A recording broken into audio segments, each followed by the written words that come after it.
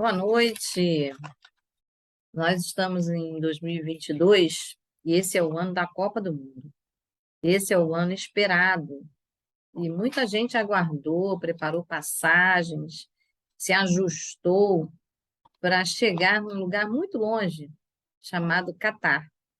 Uma cultura diferente, um ambiente diferente, tudo isso porque tinha um esporte que atraía. E naquele lugar, as pessoas vão se alegrar, naquele lugar, as pessoas verão o seu país e torcerão por ele, conhecerão hábitos e trocarão conhecimento, cultura. Você veja, o mundo inteiro será atraído para o Catar para assistir, para participar e para ver representada a sua nação num esporte. Mas muitas vezes a gente não avalia o que é que está nos atraindo junto com a multidão. No tempo de Jesus, a pessoa de Jesus atraía multidões e trazia a alegria, não uma alegria temporária de um esporte, de um lazer, mas trazia solução. Jesus trazia salvação. Jesus apontava a esperança de uma nação. E Jesus não olhava apenas para a sua nação, mas ele apontava para as nações, para a humanidade. Esse Jesus tão inclusivo, a gente pode acompanhar e perceber mais quando a gente lê a Bíblia. E lá no livro de Lucas, no Evangelho de Lucas, dentro da Bíblia, você tem um relato mostrando que tipos de pessoas seguiam Jesus. Jesus simplesmente atraía as pessoas, porque ele tinha solução. Mas muitas pessoas viam apenas o superficial, viam apenas a solução imediata. E a vinda de Jesus à Terra, que é o próprio Deus na Terra, ele cumpre uma missão. Ele cumpre a missão de trazer solução não apenas para aquele momento de Israel que era necessário e significativo, mas ele trazia também a solução para a vida individual de qualquer pessoa, e não só naquela época de vida, mas também após aquela época de vida. Veja, o projeto de Deus era um projeto que abrangia nações e dava solução. Hoje em dia, nós temos tanta dificuldade para encontrar solução em uma nação, né? Quanto mais em muitas juntas, por mais que se juntem, e ainda assim as guerras acontecem. Mas quando Jesus entra, Jesus traz solução individual e em grupo. Ele é o próprio Deus. E ele não se restringe a questões humanas. O Senhor Deus, ele preenche, ele resolve questões internas, questões antigas, questões existenciais, questões que trazem paz não apenas para um momento, nem uma alegria temporária, mas que sustenta essa estabilidade, essa alegria, essa confiança, essa razão de ser. Então, ali no livro de Lucas, no capítulo 8, diz que aconteceu que Jesus andava pela cidade, de aldeia em aldeia, e o que ele fazia? Ele pregava e ele anunciava o evangelho do reino de Deus. O que é o evangelho do reino de Deus? É a boa nova de solução, de salvação, a presença de Deus no meio do povo, ou seja, Deus tornando nações parte do seu reino. Quando se tem um rei, o rei é responsável. Quando se tem um reino, quando se faz parte de um reino, o rei tem obrigações, o rei oferece situações, mas também o rei requer alguma coisa. Então, essa troca entre reino e súditos, ela acontece, é um tipo de governo, mas quando Deus é o rei e quando os filhos de Deus fazem parte do seu reino, é herança. Quando os filhos de Deus estão no reino do Pai, eles desfrutam, eles respeitam, eles obedecem, eles próprios gerenciam e sustentam e resguardam a sua herança. É isso que Deus desejava para os filhos de Deus na terra. que aquilo que ele deu, a terra, os irmãos em Cristo, os amigos, a natureza, os animais, fosse visto como sua herança, como seu, a ser preservado, a ser guardado e não destruído, e não negociado pura e simplesmente, mas servindo uns aos outros. E diz que Jesus pregava isso, Jesus mostrava isso, e até hoje ele vive e está. Ele ressuscitou, vive e está, e é por isso que hoje a gente está aqui refletindo sobre isso, falando como parte do reino de Deus. Mas naquele tempo, quando Jesus estava na terra, diz que com ele iam os 12 discípulos, os mais conhecidos, mulheres, algumas mulheres que foram curadas, como Maria Madalena, de quem saíram 7 demônios, a Joana, que era esposa de Cusa, do procurador de Herodes, a Susana e muitas outras que ajudavam Jesus e seus discípulos. Jesus não tinha apenas os 12, foram inclusive mencionados 70, e os seus seguidores. Então, diz que uma grande multidão, no verso 4, que reuniu-se, né, em torno de Jesus. E Jesus não perdia oportunidade. Jesus estabelecia uma reciclagem, um conhecimento, e resgatando aquele conhecimento de amor, de cuidar, como viver nesse reino. A base e a regra desse reino é amor, e até hoje é. Foi isso que Jesus nos ensinou. Para isso, ele diz que você precisa ouvir. E ouvir, na Bíblia, significa obedecer.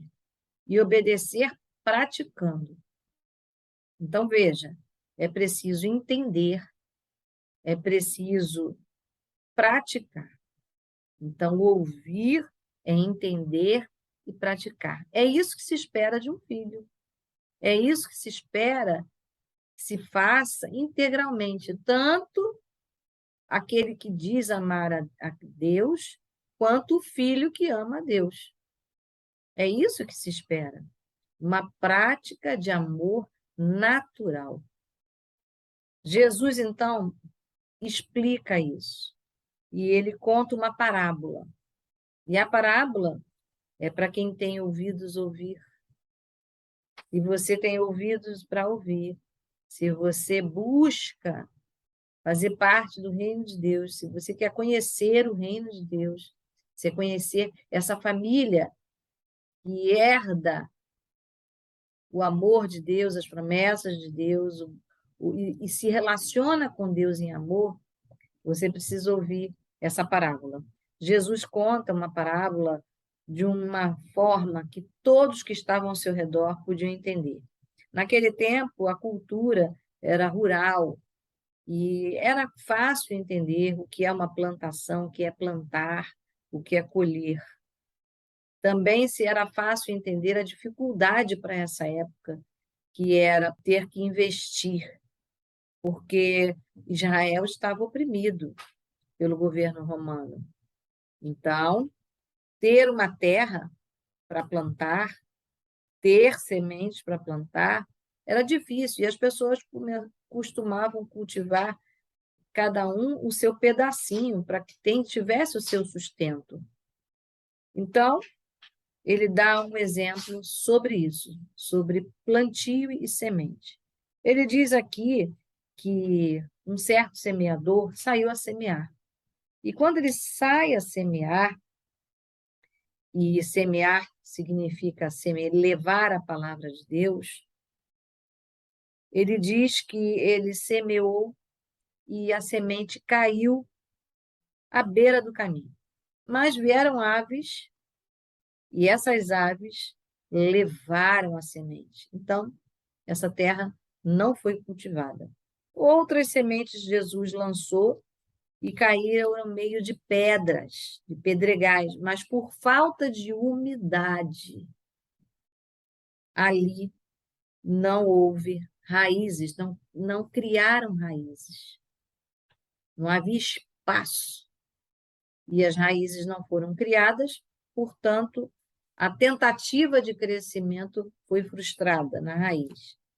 Depois diz que outras sementes caíram em espinhos, que elas foram sufocadas, porque quando os espinhos crescem, qualquer planta que precise de espaço, não há espaço para isso.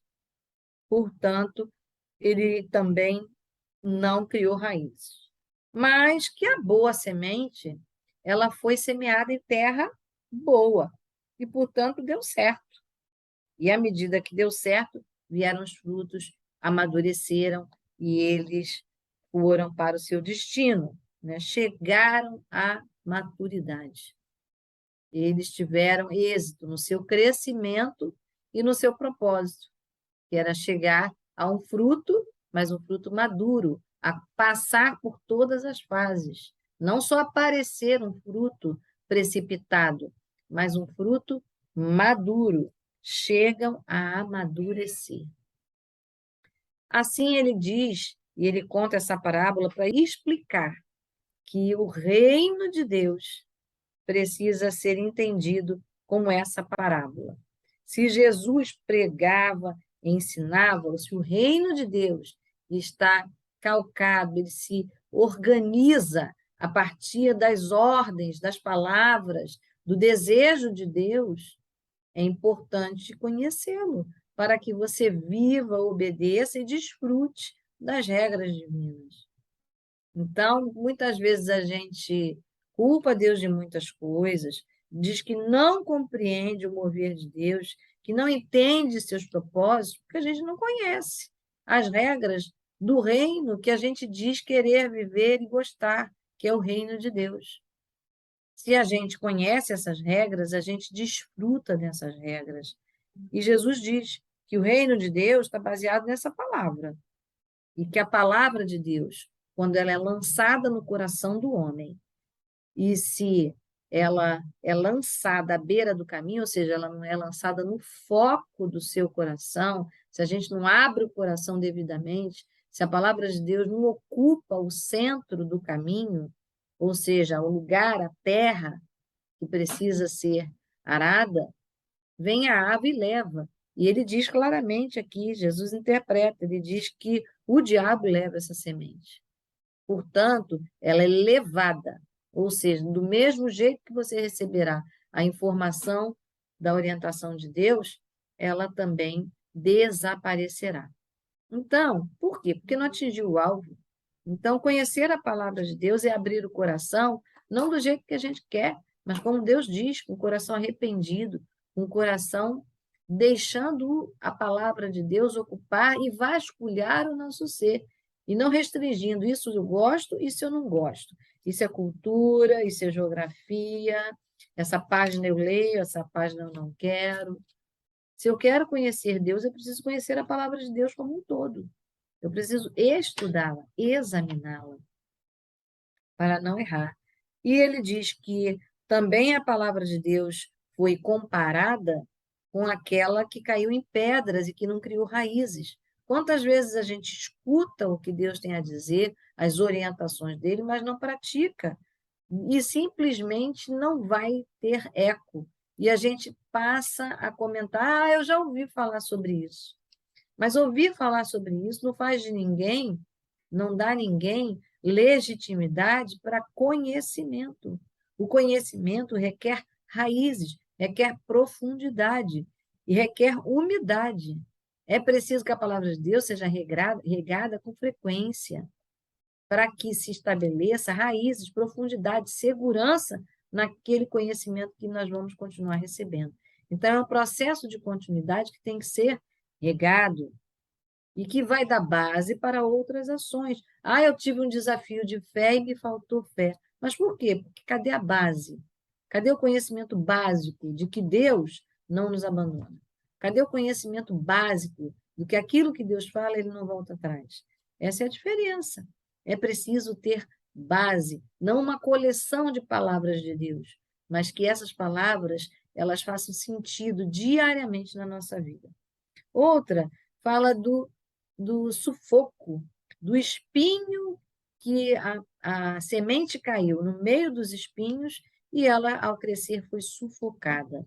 Portanto, vieram preocupações, vieram os prazeres da vida e desapareceram, mataram na raiz na semente. Quantas vezes a gente tem conhecimento de Deus e também outras coisas, e também conhecimento de preocupações, e a gente não administra bem o tempo de conhecer a palavra de Deus. Se queremos conhecer Deus, se queremos participar do reino de Deus, desfrutar da sua presença no nosso meio, é preciso que haja administração do tempo, mas não só do tempo, do lazer e do prazer, mas das preocupações. Algumas vezes a gente prioriza mal as coisas de Deus e pensa que está dando tempo suficiente para fazer as coisas de Deus. Mas se Deus é rei, se Deus é o centro, se Ele é aquele que nutre, aquele que alimenta, a gente deve dar prioridade. Se você se lembra bem, algumas pessoas procuraram Jesus no meio da noite, como Nicodemos. Pessoas procuraram Jesus com aflições, como Jairo procurando sua filha.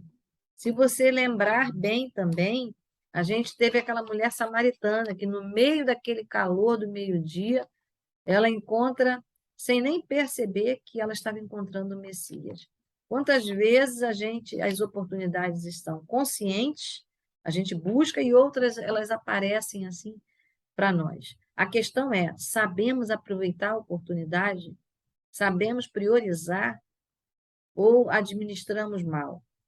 Então, prazer e preocupação também pode nos desviar do centro da palavra de Deus. Mas o texto bíblico termina no capítulo de Lucas, diz que a boa semente caiu em boa terra. E estes são aqueles que têm ouvido bom e reto, coração que retém a palavra de Deus.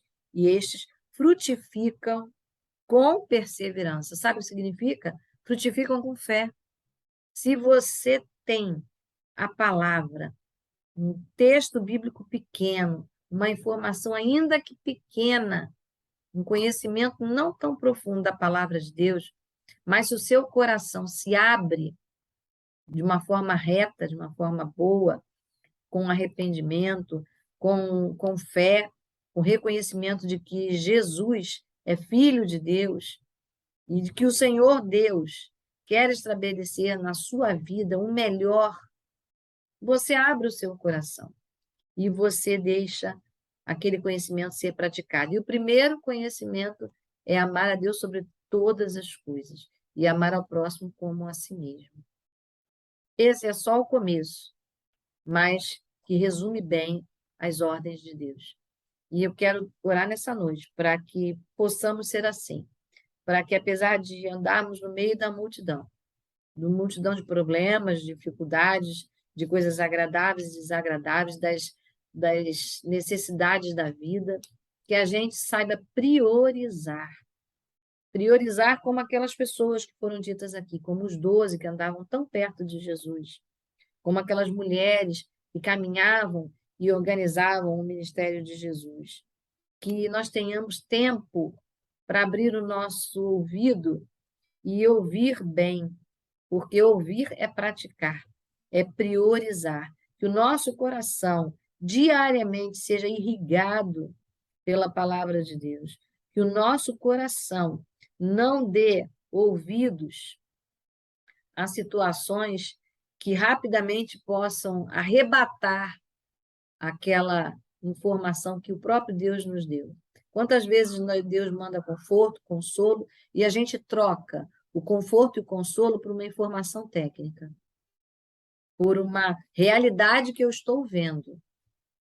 A realidade que você está vendo em informação técnica, elas existem, mas o reino de Deus ele é sobrenatural, e ele se expressa no natural, ele se manifesta no natural. Mas tudo começa no ouvir, no praticar, no dar atenção a Deus, no permitir que a palavra de Deus seja lançada no seu coração, frutifique. Porque a Bíblia também diz que com o coração se crê, com a boca se fala e se alcança a salvação. Hoje você quer, em nome de Jesus, ouvir o que Deus tem a dizer e participar com alegria do reino de Deus, ou seja, de tudo que o Pai Deus quer te oferecer, você quer que o Senhor Deus seja o seu rei, que você tenha tempo para adorá-lo e reconhecê-lo e ser grato a ele, para interagir com Deus e crescer do jeito que Deus quer dirigir sua vida, é preciso dar prioridade, é preciso conhecer a palavra de Deus, é preciso praticar a palavra de Deus. E eu quero orar com você sobre isso, porque humanamente não é fácil, mas a Bíblia diz que o próprio Espírito Santo de Deus, ele vem nos ajudar, ele vem nos conduzir e nos guiar. O que precisamos é dar o primeiro passo, ouvir, abrir o coração para o entendimento da palavra de Deus. Vamos orar?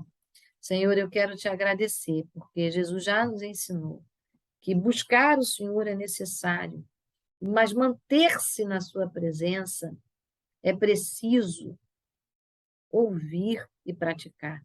Isso é muito difícil para cada um de nós, mas nós te pedimos misericórdia, que o Senhor venha, assim, nos abençoar, que o teu Espírito Santo hoje nos pegue pela mão e que a gente saiba dar o valor e a prioridade certa às tuas coisas, que a gente possa praticar e ter o bom fruto e amadurecer, que a gente conclua o processo de deixar o Senhor falar, de deixar o Senhor nos conduzir ao crescimento, de criarmos as condições para que a tua palavra fique retida no nosso coração por prática e que alcancemos o bom êxito, Senhor, não só de prosperidade nessa terra, não só de curas e milagres, mas de ter a tua presença continuamente aqui e quando sairmos daqui, através única e exclusivamente do nome, do sacrifício, da morte e ressurreição de Jesus Cristo. Por isso nós te pedimos que, em nome de Jesus, Senhor, que tu nos ajude hoje a termos uma vida que te agrada, uma vida que expresse que somos parte desse reino, que somos teus filhos autênticos, e com liberdade, sem peso e jugo, Senhor, de tradições, sem peso e jugo de instituições, Senhor, tenhamos uma relação plena contigo, agradável, em que o Senhor, nosso Pai, tenha liberdade de falar e nos ouvir, e a gente de agradar o teu coração obedecendo. É em Cristo Jesus que nós oramos. Amém. Amém.